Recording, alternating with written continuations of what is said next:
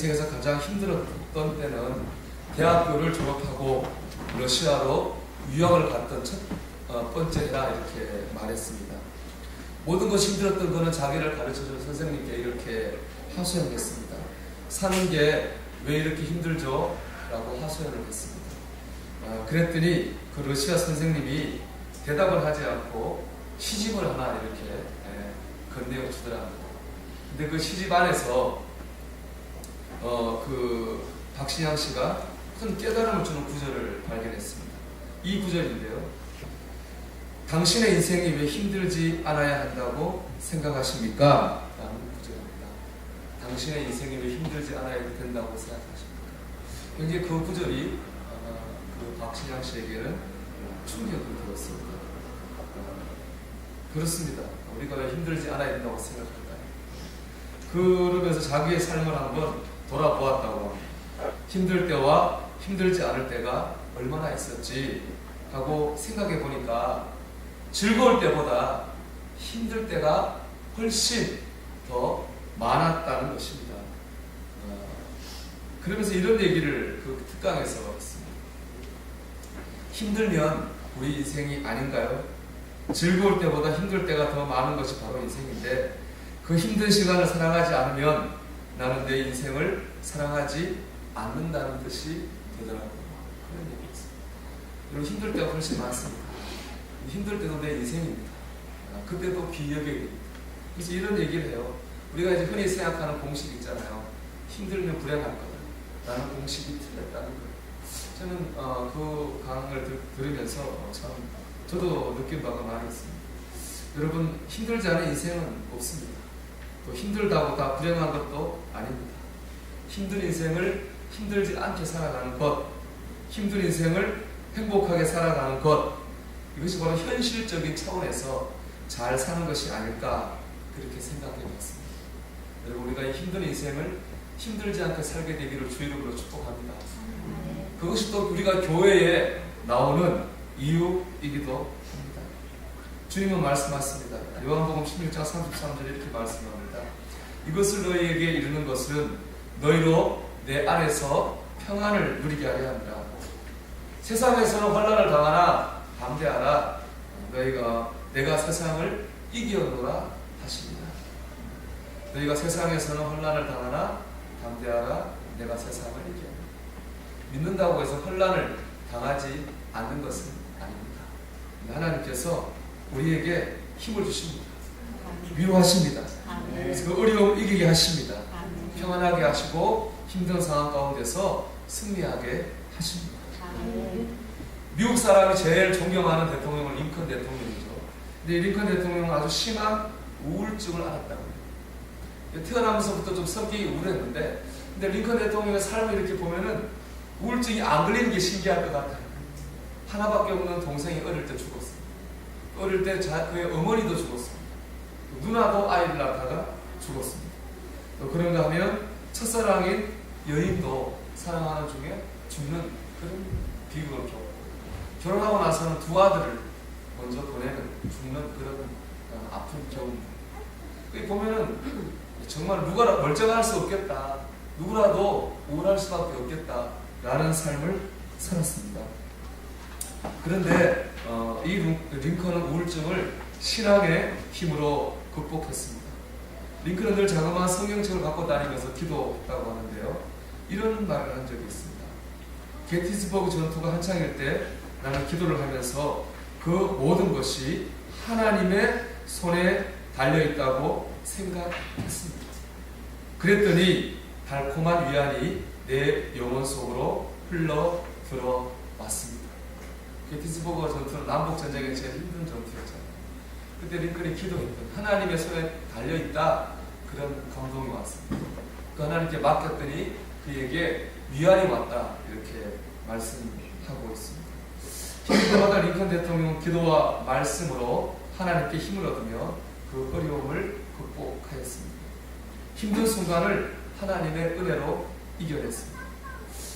바로 이 예배 시간이 우리가 하나님의 힘을 체험하는 시간이 되길 바랍니다. 링컨이 우울할 수밖에 없는 환경을 신앙의 힘으로 이겨냈던 것처럼 우리가 이 시간에 우리의 환경을 이겨낼 수 있는 신앙의 힘을 공급받는 시간이 되기를 주님의 이름으로 축복합니다. 그래서 오늘 본문을 놓고 보면은 하나님이 주시는 힘을 얻기 위해서 제일 중요한 것은 신앙적 상상력을 가지는 거죠.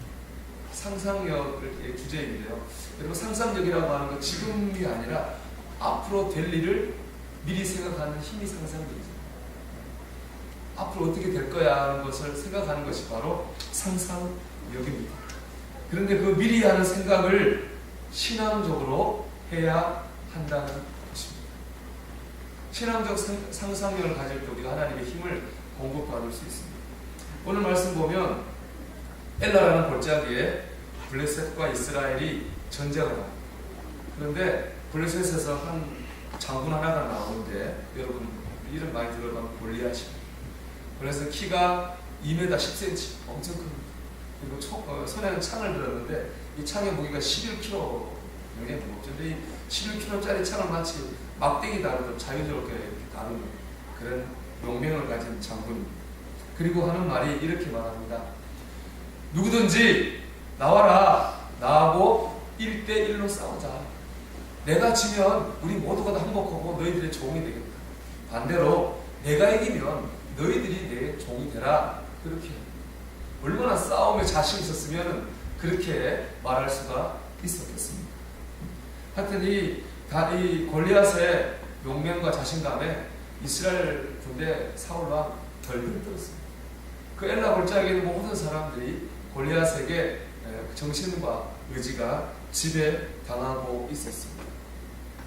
그때 다윗이라고 하는 17살 된 소년이 그 전쟁터에 왔습니다. 다윗은 전쟁터에 참여한 형들에게 음식을 전해주려고 왔거든요. 왔다가 골리앗이 하는 얘기를 들었습니다. 그리고 골리앗의 말에 이렇게 반응했습니다. 이 할례받지 않은 블레셋 사람이 누구이기에 살아계신 하나님의 군대를 모욕합니다. 다른 사람들은 골리앗 보고 덜덜 떨었는데 오히려 다윗은 저거 누군데 하나님을 모욕하느냐 하고 오히려 분노합니다. 그리고 하나님을 모욕하는 골리앗과 싸우러 나가려고 했습니다. 그런데 이를 본 사울 왕은 그런 다윗을 말립니다. 우리 33절 말씀 한번 같이 읽어볼까요? 같이 읽겠습니다. 사울이 다윗에게 이르되 내가 가서 저 블레셋 사람과 싸울 수 없으리니 너는 소년이요 그는 어려서부터 용사임이니라. 아멘. 사울의 말은 한마디로 이렇습니다. 너는 힘이 작고 힘이 없으며 싸워본 경험도 없는 소년이다. 반면에 골리앗은 키가 크고 싸움의 경험이 많은 용사다. 그러므로 너는 도저히 그와 싸워서 이길 수가 없다. 이게 사울의 논리입니다. 일리가 있죠. 다윗은 소년이고 싸워본 경험도 없습니다. 골리앗은 거인이고 싸움에 이골이 난 사람입니다. 당연히 싸우면 골리앗이 이길 것입니다. 아주 합리적이고 논리적인 주장으로 사울은 다윗을 말립니다. 자, 여기서 중요한 게 있습니다. 왜 같은 골리앗을 놓고 다윗과 사울왕의 생각이 다를까요? 사울왕은 안 된다고 하고 다윗은 된다고 합니다. 사울왕은 진다고 하고 다윗왕은 이긴다고 합니다. 왜 다를까요? 유진 피터스 목사님이 쓴 다윗 현실 세계 영성이라는 책을 보면 이거를 상상력의 차이라고 말씀하고 있습니다. 상상력은 다시 말씀드리면 지금이 아니라 앞으로 될 일에 대한 생각입니다. 그러니까 사울 왕을 비롯한 이스라엘의 모든 사람들의 생각은 그 상상력은 골리앗에게 지배를 당하고 있습니다. 골리앗에게 지배당한 상상력 가운데 있었던 것입니다. 이런 생각이죠. 골리앗에게 나가봤자 우리는 골리앗 어떤 창에 찔려 죽을 거야. 그런 상상을 하는 거예요. 미리. 그러다 보니까 달려나갈 힘이 없는 겁니다. 그러니까 아무것도 하지 못했던 겁니다. 반면 다윗은 골리앗에게 지배당하지 아니하고 하나님께 지배당하는 상상력을 가졌습니다. 이렇게 상상한 거죠. 내가 나가면 하나님께서 나와 함께 싸우실 거야. 그래서 저 골리앗을 이기게 하실 거야. 그렇게 상상을 한 거죠. 그러니까 담대하게 나아갈 수 있었습니다. 그리고 다윗의 상상은 현실이 되었습니다. 다윗이 골리앗을 이겼습니다. 사랑하는 여러분, 믿음은 믿음의 생각이고, 믿음은 하나님께 지배당한 상상입니다. 그것이 바로 믿음입니다. 우리가 지난 한 주간도 세상에서 살았습니다. 여러분 살면서 이런 저런 골리앗들을 많이 만나셨을 것입니다. 질병의 골리앗도 만나셨을 것이고, 물질의 골리앗도 만나셨을 것이고, 인간관계의 골리앗도 만났을지도 모릅니다. 여러분 인생에 대한 여러 가지 장애물들을 만나셨을 것입니다. 지난 한 주간 여러분의 상상력은 누구에게 지배를 당하셨습니까? 여러분 앞을 가로막고 있는 그 골리앗에게 여러분 상상력이 지배당하셨습니까? 아니면 하나님께 여러분의 생각이 지배당하셨습니까? 우리의 생각에 따라서 우리가 달라지는 것입니다. 우리의 상상력에 따라서 우리의 삶이 달라지는 겁니다. 여러분 지금은 어떻습니까? 지금 여러분의 생각과 상상력은 무엇에 지배를 당하고 있습니까? 예배하는 이 시간에도 여러분의 상상력은 여러분을 위협하는 세상의 지배를 당하고 있습니다. 여러분 함께 하시는 하나님께 지배를 당하고 계십니다. 이 예배를 통해서 여러분 하나님을 붙드시기를 바랍니다. 예배를 드리기 전까지는 세상의 지배를 당해서 부정적인 생각과 염려에 눌려 있었을지라도 이 시간 예배를 통해서 나를 사랑하시고 나와 함께 하시는 하나님께 붙들리시기를 바랍니다. 그래 하나님께서 나와 함께 하실 거야, 하나님 나를 좋은 길로 인도하실 거야 라는 생각이 바뀌면 내가 달라질 줄 믿습니다.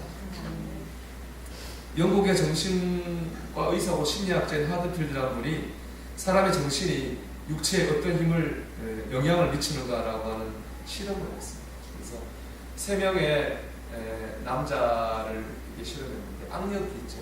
악력을 했는데 일단 평균이 보니까 영국 무게로 101파운드가 나왔어요. 평균이. 그런데 그들에게 당신은 참 힘이 약해 라고 하는 생각을 지속적으로 심어줬어요. 그리고 이걸 하게 했더니 무려 3분의 1이 줄어가지고 29파운드 힘밖에 나오지 않았어요. 그런가 하면 당신은 참 힘이 강하다라고 하는 암시를 줬어요.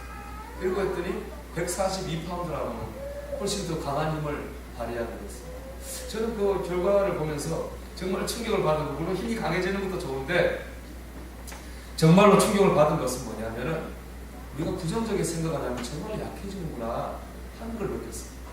우리가 나는 못해 라는 생각을 하니, 힘이 없어 라는 생각을 하니까 내 힘이 3분의 1로 약해졌잖아요.